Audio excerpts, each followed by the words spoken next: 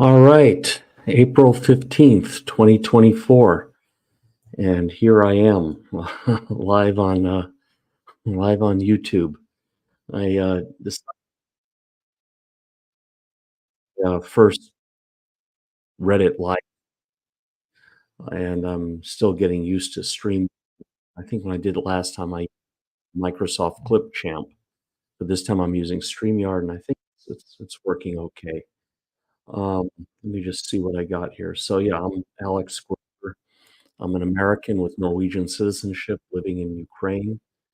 And I'm one of these people that have an opinion about everything, and Reddit is like a really good, forum for people like myself. It's kinda got this '90s look and feel, but you can go in depth, have in-depth discussions, you get some pretty, honest answers, you can ask some pretty honest questions as long as you do it the right way. It's really easy to get kicked out and get suspended. I've been kicked out of a few groups for being a little reckless with the way I ask or, express my opinions, so yeah, you just have to know the rules and then you'll be okay.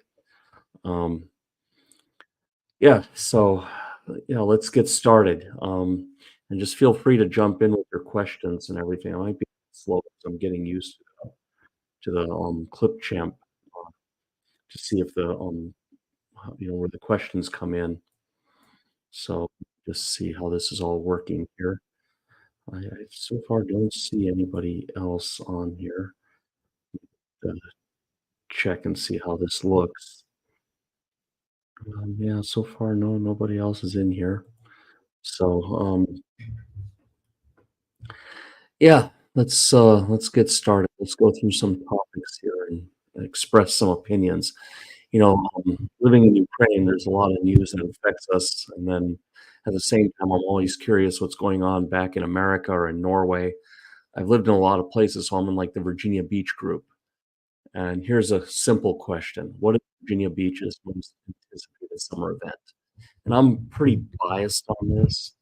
I can say that. I have a bit of a bias towards this. Let me just check if the sound is, I think so. We'll see. I mean, this is kind of a test run to get used to the equipment as well.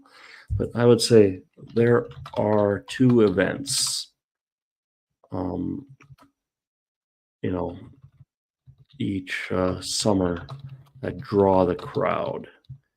And I have to get used to talking and typing at the same time. Usually I just type and don't talk because all my thoughts are going into one thing. So now I have to be a bit of a broadcaster. But there's one that's called the Neptune Festival, and that's like a big art and commercial food festival on the ocean front. And it's massive. I mean, if you look at it from the sky, there's like, I think, a million people. And my mom lives close to the Virginia Beach ocean front, near Ninth and Pacific Avenue. So she's right down by the Rudy Inlet where all the surfers hang out. And I used to live there in the Navy. I used to live down that way, and then when I was in the Navy, and then I used to go surfing all the time and hang out in that surfing scene.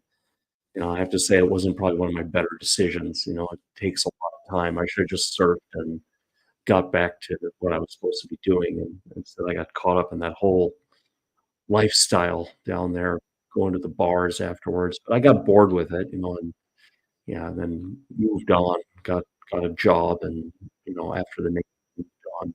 But, I had, like, shore duty there and everything, and, yeah, it was what it was.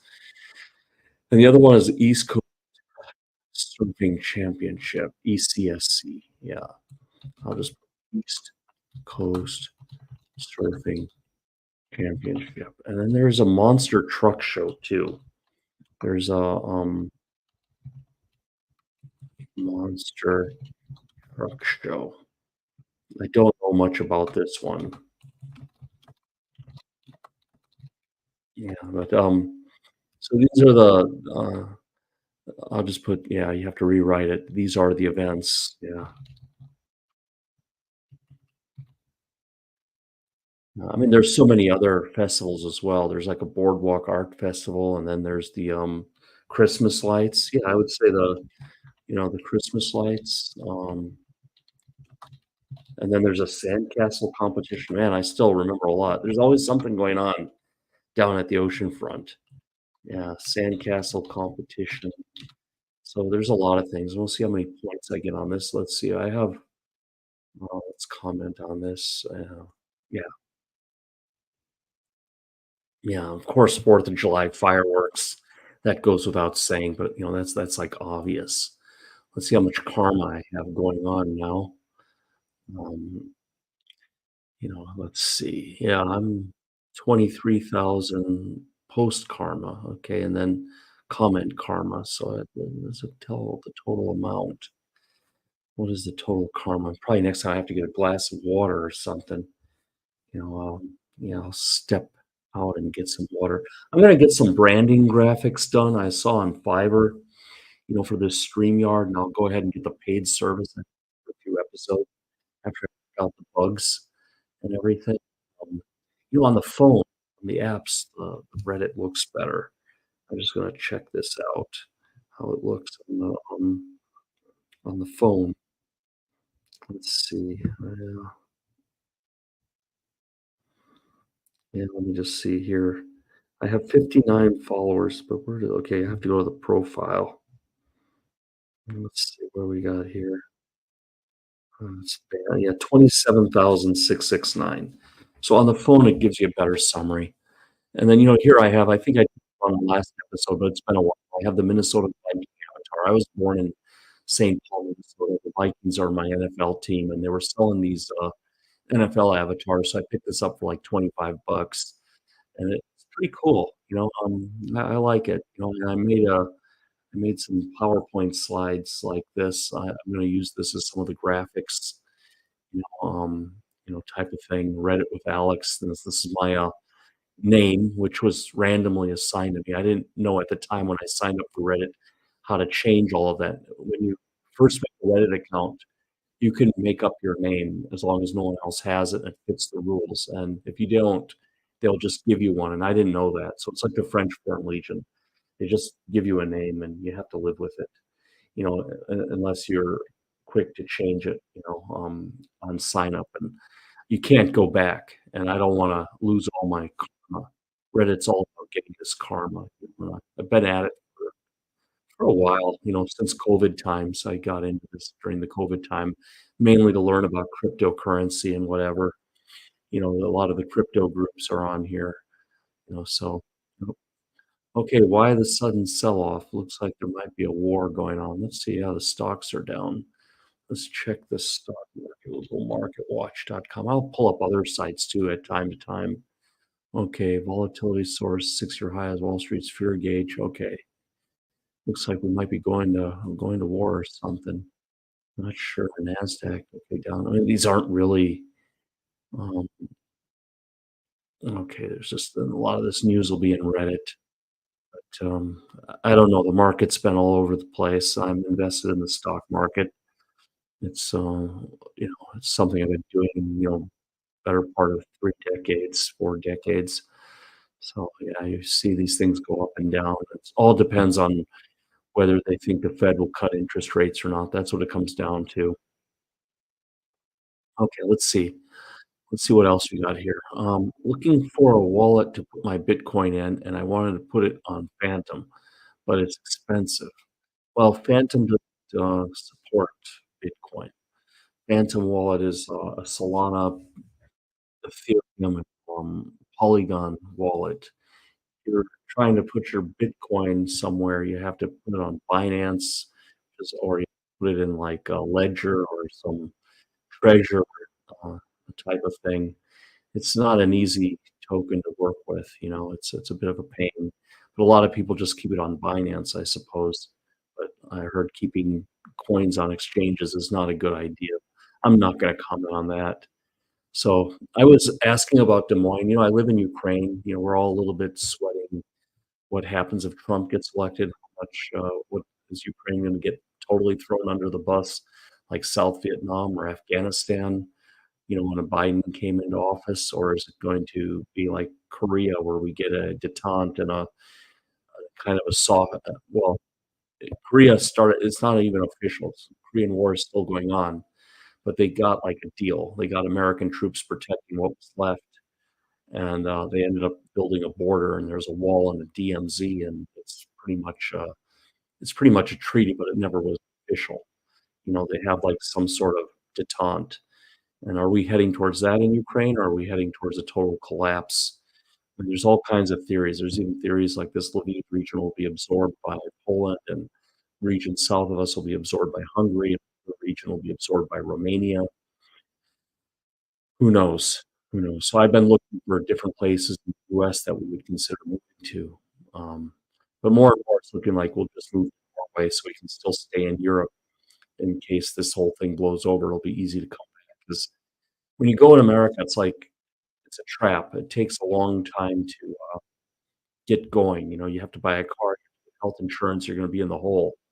I have to get a new job over there that pays enough to cover all the bills, because my job here in Ukraine would never cover the bills in America, so I have to, basically find a job, an American job, and, on an American salary, paying in the US, and then get my deductions and get the tax refund, and it takes a while to dig out of that and get going, get a house going and all that stuff, and so we would be there for a long time. It would be a little easier to get up and running here in Europe.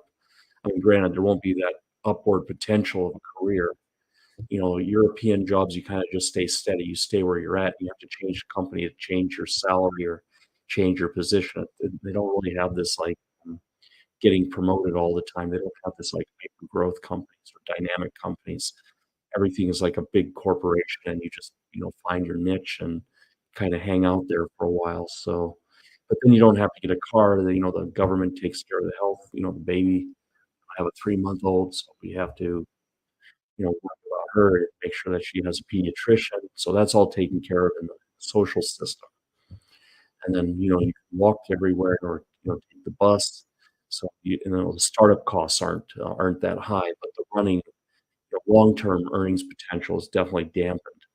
For America, you have a high, startup cost, but you can definitely get promoted, work your way up in a career. There's a lot of side hustles you can do. I was doing cash for gold in Delaware, 10, 15 years ago. I was just running ads on Craigslist. I'm looking for used gold to buy, and a lot of people called me, because I was giving a better deal than the shops. So there's, like, a lot of things you can do in America like that. You can, just go and find garbage and put it on Craigslist, and, get extra coin. Let's see what else we got going on today. So, I mean, I'll probably just ramble on about different stuff like I do in my, walking videos when I walk to the gym. So, what aspects of the 2010s did you, expect the youth of the future wish to have experienced?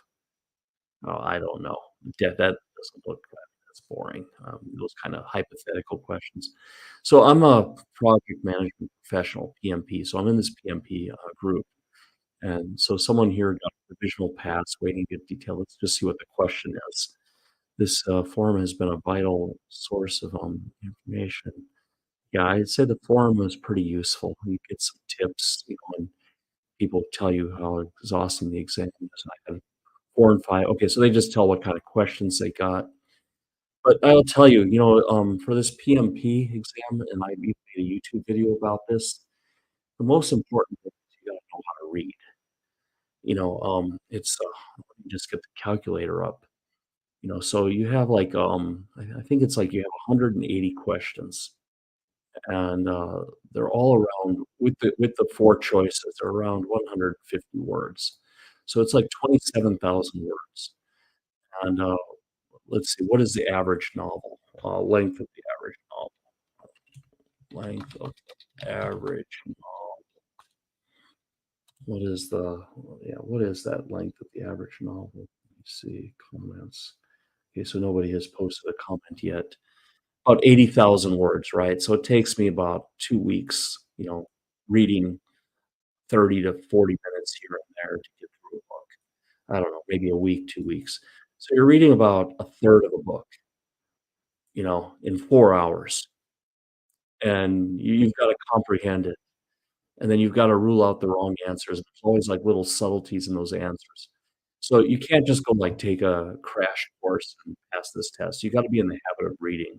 And I tell people, read the books on the Project Management Institute reading list. There's books like by Jeff Sutherland about how to do Scrum. There's books about project management in general. There's books about W. Edward Deming. Hang on, is the phone ringing or what is going on? Oh, that's just a message.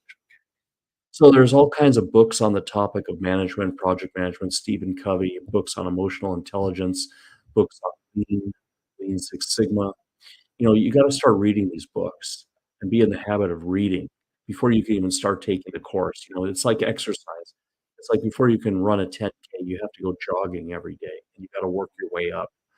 And then you read about stuff on the topic. And I told people sometimes I got blasted for this. Just read about anything. Start reading something you enjoy, so you get in the habit of reading. I think that's okay. Yeah, and then you can go study the material, and that's fine. But it's better if you read obviously something related. But if you just don't like to read, then read something you like a romance novel or I don't know, some Tom Clancy thriller book or something, so you're just getting in the habit of digesting words and comprehending words. And then, you gotta take this 35-hour course, and they're all boring, they're all dry material, but, if you've read the books or read some books related to the topic, you kinda get what's going on, and then, to be a PMP, you have to have worked in the field, so a lot of it should look familiar. And then you go and do the practice exams and all the study hall and this stuff. And I didn't take study hall.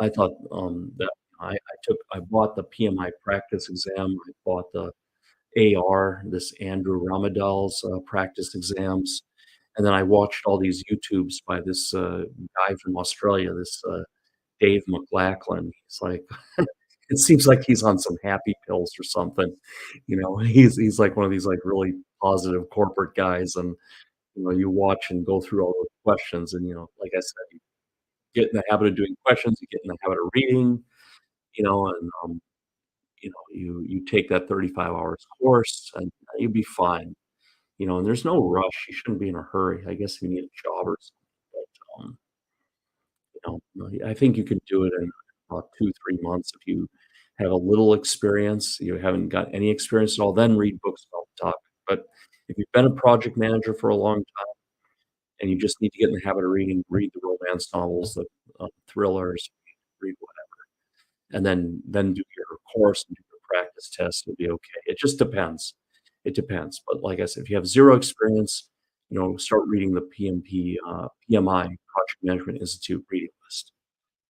Right, um, that's all I got on that one here, so let's say, just give him a like, give him a karma there. My advice would be practice as many questions as possible, not to focus too much on the theory. I don't know. Yeah, you should, when you take this exam, you should take it with your whole heart, you should this is good material. This is like what's missing in companies is the management. There's a lot of people that are, like, developing code and doing stuff, but, very few people are actually, how do you get it done? How do you build the car? How do you build the software? How do you build it component by component? That's where project management comes in place, and the big mistake is, like, they want a developer to be a project manager or something, and then, or want them to do 2 roles, like be a solution architect and a project manager. They're 2 different things. They're 2 different professions, and, take the time, if you're into this, it's a very good profession. It's actually what sets American companies apart. American companies value management as a profession, and you see it a lot too in Northern Europe, in the innovative countries like Netherlands and Norway and Sweden, Denmark.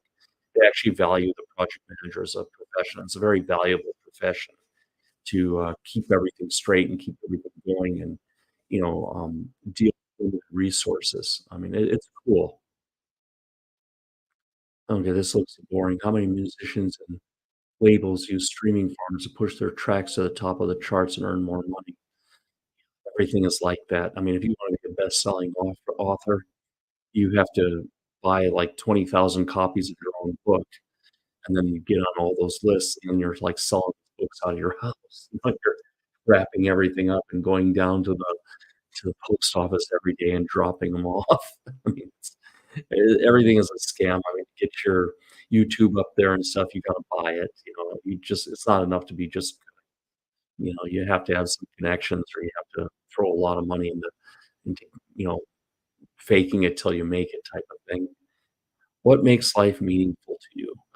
Some context. I'm 35, I'm happily married, have 1 daughter, I have friends. I work full time, but still find life rather meaningless. Most everything I'm involved in is rather unsatisfying, and it isn't meaningful. I want to make it better. What makes life for me is just my daughter. I mean, I have a 3-month-old daughter and my wife, and that's like my whole world, you know? My wife and 3-month-old daughter give me all meaning in life that I need. Then after that, my friends and ex and then my friends and going to the gym. I go to the gym every other morning and do some workout, mainly cardio, doing mainly it clears the head and lets you think on this very topic. Yeah. So yeah, I think on those morning videos, I'm coming back from the gym, or now I've been going to the gym because now after the gym I have to go shopping. I go to the Metro, which is like a little Sam's Club, you know, across the street from the gym, baby stuff, you know. So yeah. Okay. Requires the best signal. This is a cool bill. Yeah, DFL bill. I don't know what DFL is. Would require landlords to divest single-family homes or face 100K fine. This is something I've been a real strong proponent of. The whole housing market in the US is screwed up because Wall Street got in there, and bought up all the single family homes and started renting them back to people. And then also, you have like, private wealthy individuals or people off owning 4 or 5 investment homes. I think single family homes should be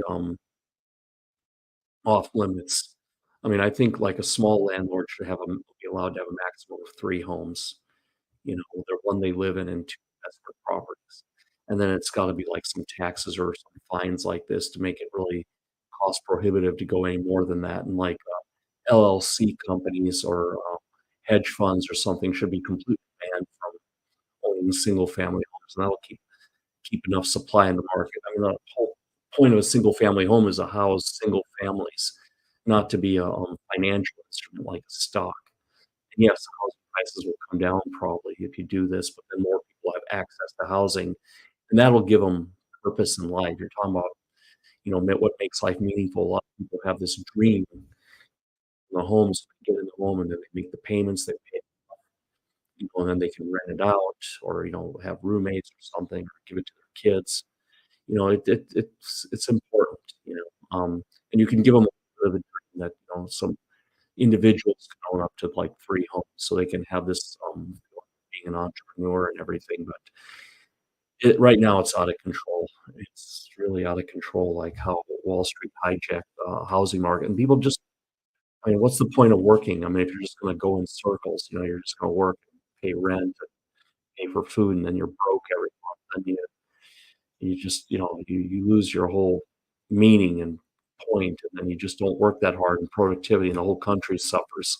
So, uh, I had actually commented on this on, the subreddit economy.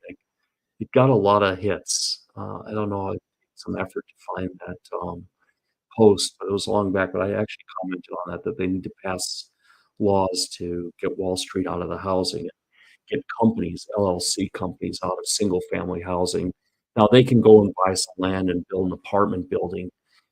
They can own multifamily housing if it's more than 4 units. I'd be all for that, if it's 4 or more units, but if it's like 3 units or less or 3 homes or less, that should be left to the public. Now, here's a good question. This pertains to me. When was it time to move back? I'm a 37-year-old female that lived in Australia for 7 years. Have a great lifestyle here, well-paying job, nice apartment. Truth though, at my age, I spend a lot of time alone. I have friends, not many very close friends. I don't really go out for dinners with them and don't socialize. Yeah, she's in Australia, not Austria. Can easily, go a week without catching up. Okay, I have family in the UK. I have missed my birthday party with my siblings. So she's far away from home. I mean, this doesn't really relate to me in Ukraine. I've made my whole life here, but So I don't relate to this too much. She's asking when it's time to go back. This is like a personal decision. For us, it's a war. Otherwise, I would be in Ukraine forever. I would already be looking into how to open up a decent Indian restaurant here in Lviv because we ain't got one. We have, like, 2 Indian restaurants, but it doesn't have a tandoori oven, and the other is just, I don't know, they need to learn how to cook or something. Okay, so this is a loaded question about a controversial president. Yeah, Richard Nixon. Why the hell is Five Guys so expensive? Well, I don't know what they call it, $15 for a single burger. That's how it is in America now. With the, new minimum wage laws, people have to pay the real price for, what things cost. They have to pay, um, the honest price, So let's see what we have here. Let's just put comment here.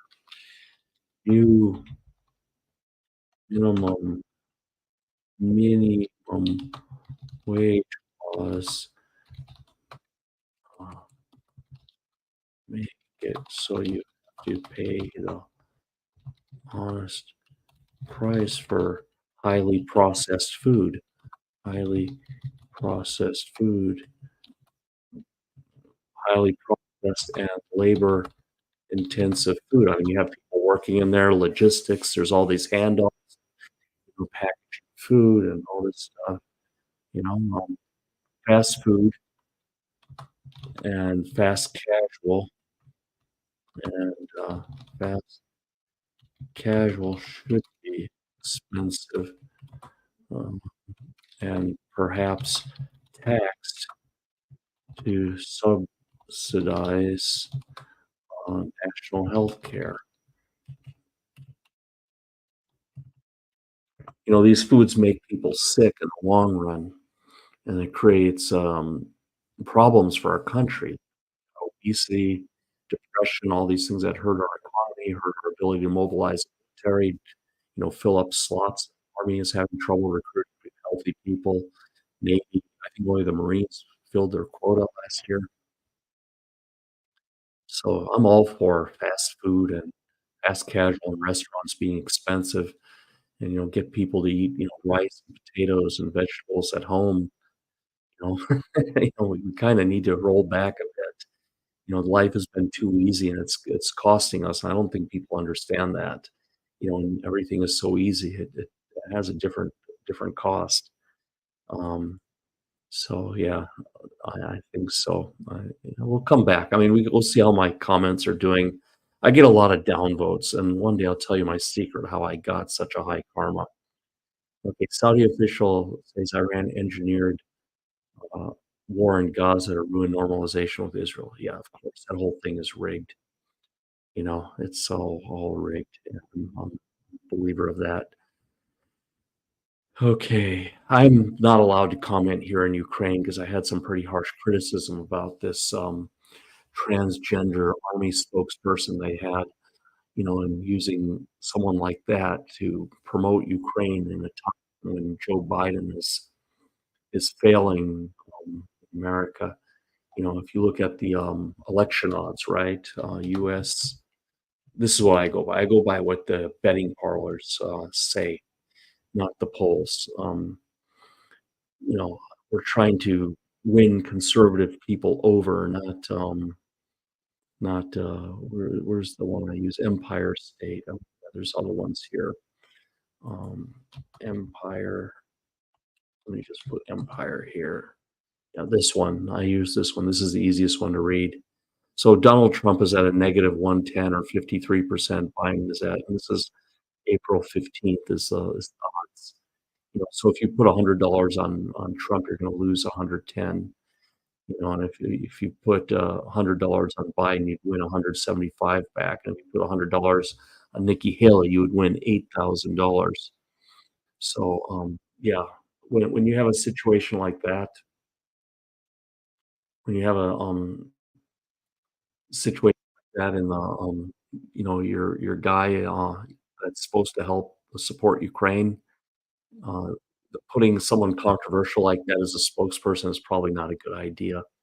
It just turned a lot of conservatives more against Ukraine than they already are. We're trying to win people over. We're trying to convince the other side to come over, and then you throw something like that in their face. It's not a good idea, and it's getting worse now. It's like, I don't know, Biden has to really do something or he's gonna lose this election really bad, like the way, Walter Mondale lost to Ronald Reagan, you know? Okay, so this guy is chasing his wife with a lobster, and the lobster claws are, okay, clamped, but, I don't know, I think a lot of this stuff is just staged, so they can get clicks and views. Let's see, okay, so not much happening. I mean, boyfriend did laundry last night, and I woke up to this, tell me this can be cleaned, like, so I can spare his life. Let's take a look. I know a little bit about machines and appliances in the US. I mean, wow. Wow, yeah, I mean, it can be, it's clean, but it'll never be the same again. Um, Let me just see what other people are saying because 'cause I'm trying to understand, is that blue ink?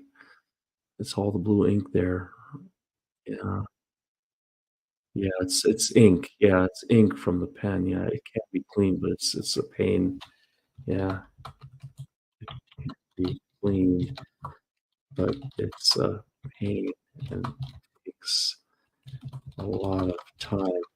This may be a way to get some, uh, night out on the town or some jewelry. That's a real, yeah, when you leave a I didn't people use pens anymore. Everyone I mean, I use, like, Google Note. I have this little Keep, Google Keep, and I just write everything there. I mean, I'm just, wow, so people are using pens. Okay, well, we'll see how my comments have been doing. Let's see how we do here. A maximum band, 70-92. Let's go to, my profile. Yeah, view profile, and, no one has, clicked on it. Um, I made a comment about Oslo. There's a part in, there's a neighborhood in Oslo called Groenland, right by the central station. It's, like, on the back of the central train station. Now, on the front of the central train station is Karl Johan Street, which is like the Fifth Avenue of Norway. And then on the back of this train station is Groenland, which is supposedly the most dangerous and, seedy place in the whole country. And the only thing that separates them is the train tracks. It's very cliché, but to be honest with you, there's nothing wrong with Groenland. I used to go there for, go there for, haircuts. You get all the cheap barbers in Oslo are there. You get a haircut for 20 euros, $20, I guess. The rest of Oslo, if you want a man haircut, it's like 35 euros or $35, 350 kroner and up. I mean, some places they even take 600. So you go there, and there's a lot of shops owned by immigrants, mainly Arabic people and, people from Somalia and stuff. And to me, it's good. I mean, they have a supermarket there. I get all the fresh fruits and vegetables there, and they have, like, products from the Middle East, rice and nuts and all this stuff, pistachios, and it's much cheaper than buying it at one of these, Norgesgruppen stores, like, Meny or, what is it, Rema 1000 or any of these. I mean, Rema 1000 is supposed to be the cheap one, but like the Aldi of Norway, but it can still be up there. So you go to Groenland and they have all these, like, independent grocery stores, and it's like Ukraine, like these markets I've showed you. It's like the closest thing in Norway they have to that, and it's you get the deals there, and people are pretty nice. I mean, I've never had a problem, and everyone say, "Oh, it's cool." You see drug dealers and all this stuff there. Let's see what the people are saying, but, I used to go there a lot. I used to go in this neighborhood a lot. I'm just trying to see what the comments, are. Moving to Groenland. Let me see. I don't know why it doesn't open up. Oh, see full discussion. Yeah, I have to on the phone, it's much easier on the phone. I don't know if I can how to do this, all from a phone. I mean, I'm still a desktop guy. I'm, like, 53 years old, so I still prefer sitting at a computer. There's some visible drug selling going on, come on. You know, they see people are a bit stupid. They see 2 black guys talking to each other, and, it's gotta be a drug deal, right? I mean, come on, bullshit. Excuse my language, you know? Um, and there's no aggressive drug dealers in this place. I like I said, I used to go there almost every day because they have a cool bakery next to, and they have the best chocolate chip cookies in Norway. They have some Indian restaurants there. They have some Turkish restaurants, you know, um, you know, and I've gone there at night, and it's safe.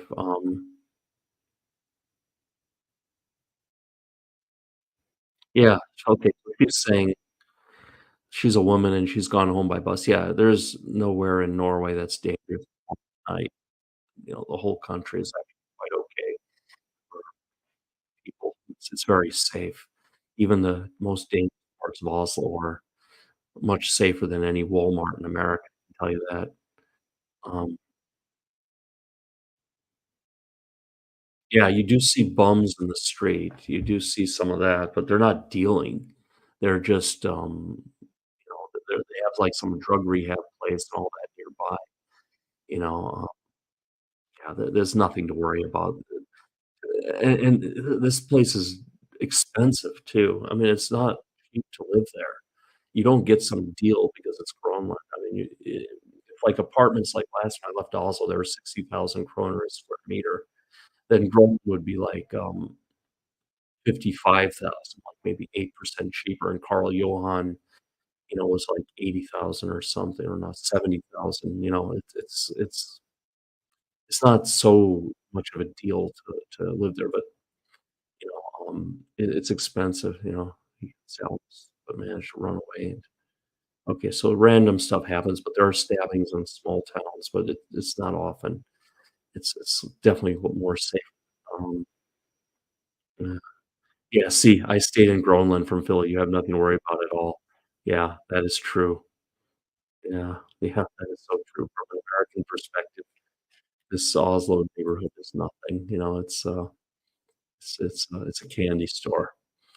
Let's see what's going on in the news here. Okay, yeah, uh, now I thought this Iran thing blew over, but it looks like people are still bothered by it or using it as an excuse. Let's see. Okay, my Neptune festival advice. Yeah, I have some opinions about the Solana blockchain. Um, about these meme coins, right? So someone was asking, how do creators make money on meme coins? Well, they just print them up and then they get these big Telegram groups going and that they're inventing some new technology and people buy it. Crypto is not a technology, it's all marketing. We learned that. I did a few crypto projects, and it all comes down to marketing and having a network and having a following. If you got a following, you can sell anything. Okay? I was Here's a comment I made, um, housing is unaffordable for too many Americans, and tighter land use regulations mean higher costs. Atlanta Fed. So, yeah, I mean, in the US, they don't allow multifamily housing in a lot of places, like, everything is zoned, so everything's gotta be a single family house, or everything has gotta be apartment buildings, like projects. I mean, why don't they have, like, apartment building, 2, 3 houses, have some stores? They don't do that, that's it's not like Europe. Like, here where I live in an apartment building, but if you just walk, over a little bit, there's a bunch of houses, just a block or 2 away, and then there's a shopping center, so you don't need a car. I mean, even the hospital is walking distance, and the lower floors of the buildings are shops. They don't do that in America. Everything is, like, zoned, and then, I'm looking, if we move back to America, I'm looking for a house that's like 900 to 1,200 square feet, like 90 to 120 square meters for a family of 4. We got 1 baby, but we might get 1 more. So I have a family of 4. We can manage in 1,200 square feet. I mean, in Europe, most people to 35 square meters, 300 to 350 square feet per person. It's plenty of room. I mean, it's not like we're jumping on each other or anything like that. But in America, everything is like this giant houses, and they eat up all your money, it's like, 2,000, 2,500 square feet. They have like a din a separate dining room, a separate den, you know, it's just nuts. The bedrooms are huge, and it takes a lot of overheated, they pay all these taxes on it, then you got fix, you got it just eats all your time, eats all your money, you don't really enjoy life. I'd rather live in a smaller place that's easy to take care of or even a condo, like I was looking for a condo, hard to find in a good area, or they're really expensive, and they're really big, too big, and travel more, go to Turkey, take trips to Florida, and still have money to buy stocks and money and walk as much as you can.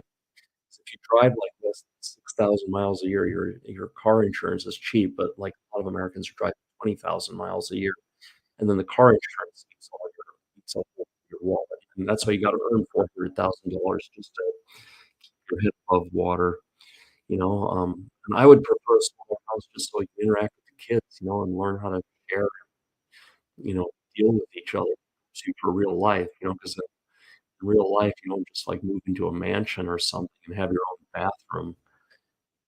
It's better to, like, learn how to share at an early age, so yeah, there's a lot yeah, here's another people are asking about advice in Virginia Beach. What is your Virginia Beach visa? Because people didn't like it. Someone had posted, about pyramids. I always have this running joke about Peabody's. It's a, bar on the ocean front, it's been around forever. Even, Rob O'Neill, the SEAL who shot bin Laden, mentioned it in his book when he was young and went there and, almost got, picked up for underage drinking there, and it's like just it's like part of the Virginia Beach, landscape. It's like this pyramids, right? You just can't miss it. So I tell everyone that Rudy Inlet is the epicenter of Virginia Beach. That's like the, 0 street on the ocean front, that's where all the people surf, and then everyone goes to Peabody's afterwards, and it's like the soul, but I guess people didn't like it. It got downvoted. Usually my Virginia Beach, opinions do quite well. Um Okay, Wall Street Bets, I'm still trying to break in there and get some killer comments that get voted up so I can be more active in there. And I'll tell you, this is why I bought Reddit. This one subreddit, Wall Street Bets, they move markets. What is it, GameStop? They crashed the shorts there. They crashed the shorts on AMC. So this just shows you, like, the power of Reddit. And like I said, this is not investment advice, but this is why I bought the shares because compare Reddit to, like, Pinterest. Let's do that. Let's do Pinterest stock and see its market. Um, so Pinterest is, $22 billion, and then let's do Reddit stock.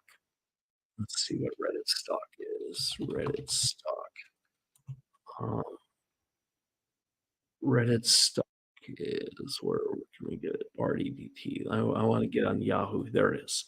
I like Yahoo Finance for the, stocks, or here it's on Google. Yeah, then see, we get a market cap. Oh, yeah, 6.63 billion, right? And Pinterest is at $22 billion. And Pinterest, I don't know, I, don't use it that much. I don't even have the app on my phone. It's not very interactive. You post pictures, people like it, but I don't know. I don't know how it got such a big market cap. No one I know really uses it, that much. It's not Instagram. It looks like an Instagram competitor being a picture site.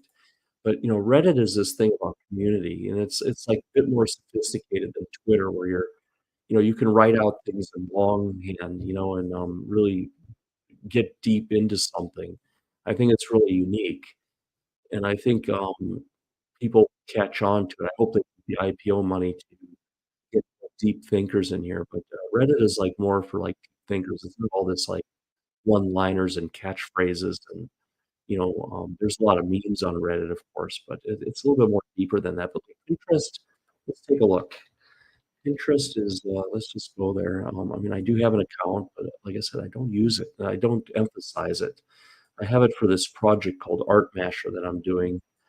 It's an AI game that I built with some friends of mine here in Lviv using no code AI. We used AI to code a game. It's pretty cool. Yeah, so see, you just and then you click on a picture. Let's look at a picture here. Let's look at a Ford Mustang. Excuse me. Mm. So yeah, you click on this, and then it'll give you more Ford Mustangs, and it's I don't know, it's just another form of Instagram, but there's no real. Let's view the image and see if there's like comments. Excuse me. No, no, it's just pictures, it's not. Um, I don't know. To me, it's not all that interesting. Now I got a bunch of notifications here, so yeah, you set up these boards and you go through and I mean, I know a little bit about how it works because I used it for also another project, for a jewelry project as well, I used to run in Norway. So yeah, it's a picture site. I mean, I don't know, Reddit just seems like there's more to it. Reddit seems more, like you get hooked on it. I get hooked on it. I get into these, like, pissing contests and arguments with people and stuff like that or wanna, make a point, and then you get these upvotes and you get some dopamine off of that. Now here's another comment that got downvoted for me. America's top 1% has a total net worth of 44 trillion. The national debt's 33 trillion. So I said, why don't we just confiscate or tax 75% of their wealth, pay off the national debt, and give them a monument, and they're still gonna be rich. They're still gonna have, 25% of their money left, makes them, richer than anybody ever in the history of mankind, and they're still gonna be comfortable. So I don't think it would hurt anything, and they're just 1%. I mean, but I guess there must be here watching, posts like this, downvote me, this, top 1% to make sure this doesn't, get upvoted to the point that it gets noticed by some celebrities or congress people, you know, another one. So, yeah, here's one that got upvoted a lot. What is wrong with this guy's angry at PMI. While there's significant emphasis that prioritizing and reprioritizing the backlog is a product owner duty, how is it possible that the correct answer is A? If you read through this, um, questions B, C, and D, or answers B, C, and D, it says, okay, let's just go through this whole thing. A startup in its early stage has been acquired by a major company. In light of the new scenario, the project manager has been requested to review the project's roadmap. What should the project manager do? Okay, determine the definition of value with the stakeholders and reprioritize the project's backlog accordingly. So here is the project managers working with people. Now, if you look at the other ones, B, C, and D, you'll see a pattern here. Reprioritize the project's backlog by prioritizing those features that maximize the value. Reprioritize the roadmap by focusing on the long-term benefits and reducing the technical debt. Launch a customer survey to evaluate the key project features prior to reprioritizing the roadmap. Okay, B, C, and D is all wrong because the project manager's job is not to do this. The project manager's job is to facilitate this and make sure it happens. They cannot act unilaterally. Project managers are, facilitators. They're not, owners of the project. They're not, stakeholders. They're not technicians. Their job is just to understand that this needs to happen and then make sure that they get the right people together and, make them work together, and so only A is the only one that gets collaboration, and I made that comment here. I said, "This is a giveaway. If you understand the PM mindset," and this is according to Project Management Institute, B, C, and D, the PM is acting unilaterally without the team. PMs facilitate and uphold the chosen process. Only A, only in question A, he's working with people. So if you're taking this, project management courses and everything, you have to understand project managers are like, social butterflies. They're, warm and fuzzy, touchy-feely, get everyone together type people, you know, positivity, and once you get that if you work in a Scandinavian office, this is a super easy test. You work in a Norway or Sweden in an office environment and stuff, it's real easy to get it, but, if you're, if you're working in a very hierarchy place or even like in Ukraine, they have this role called delivery manager. A lot of Ukrainian companies where the project manager is also like the project owner and also like the head architect all in one. And they just, have to push everything through themselves because, supposedly, you can't trust the people you're working with. So they emphasize like, hiring a hero versus like, taking the time to groom and build up a team to make their own decisions and educating the people who are investing in the project that they have to take part and working with them, getting the people to work together.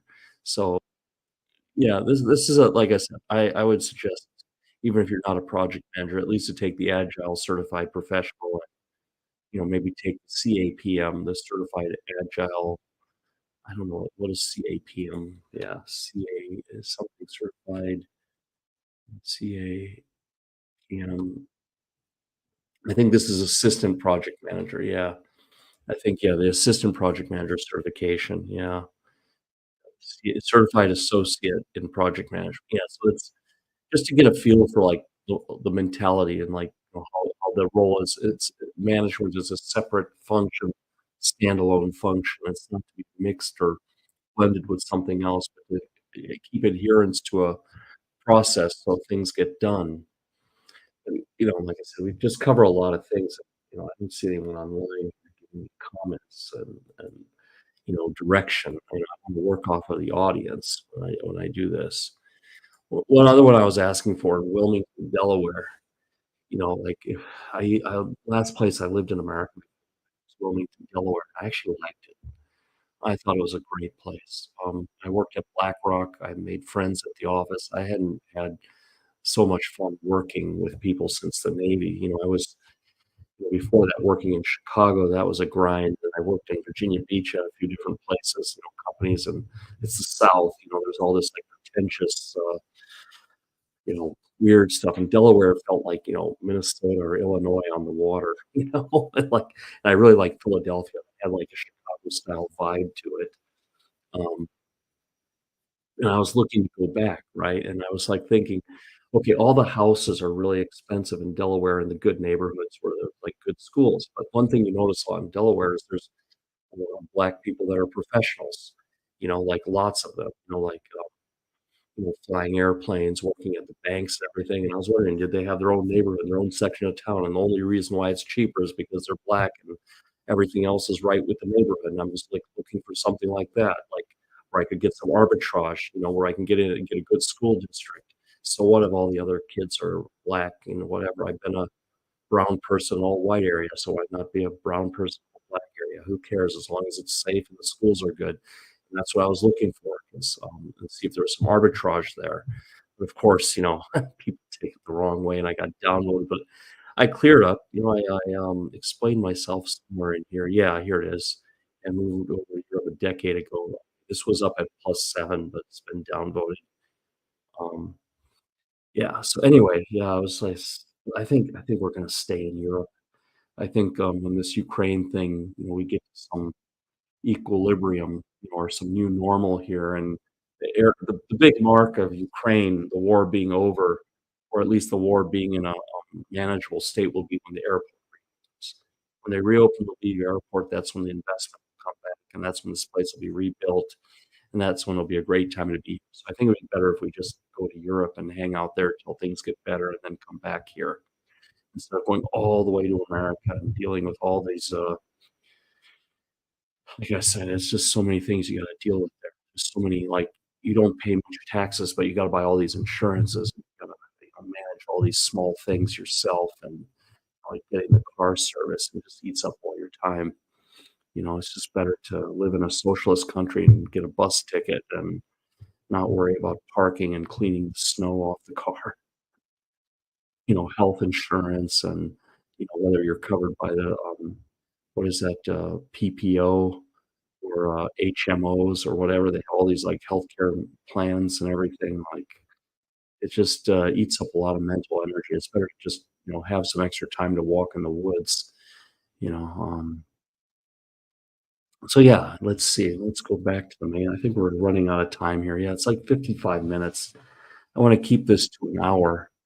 But yeah, give me your questions and comments and, you can I have like 59 Reddit followers and everything, and I'll start posting this. I have links to I have Instagram tractors and tanks, all like symbols of this Ukrainian rebellion, Ukrainian resistance. And then I have a link to the YouTube channel. And I think, let me see, let me add LinkedIn here. Let me see my social links. Do I have that here? Can I add? I don't want Reddit notifications. I don't want this like, let's see if I can get my LinkedIn up here. Facebook, copy URL. No, it's not there. But from the YouTube channel, people can get my LinkedIn profile. So let them work for it a little bit. Yeah, let them work for it a bit. Yeah, I could put my Reddit. Yeah, I could. Oh, okay, that's community. Like I have set up some subreddits, but I just don't have the energy to be a moderator. I just like to comment and stuff. I don't wanna be a moderator.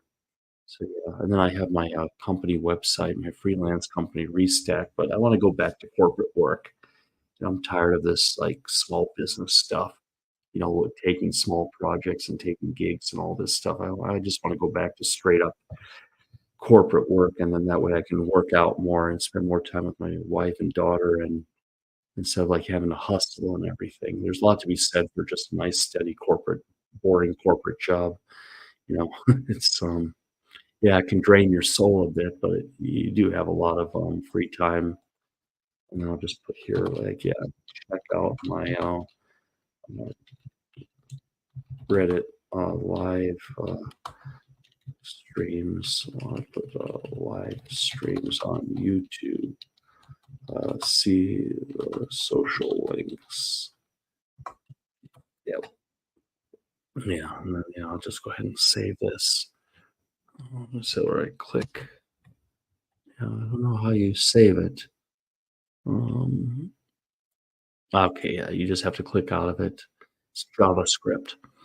But okay, yeah, you all have a good night or good afternoon if you're in America, or good evening if you're in Europe.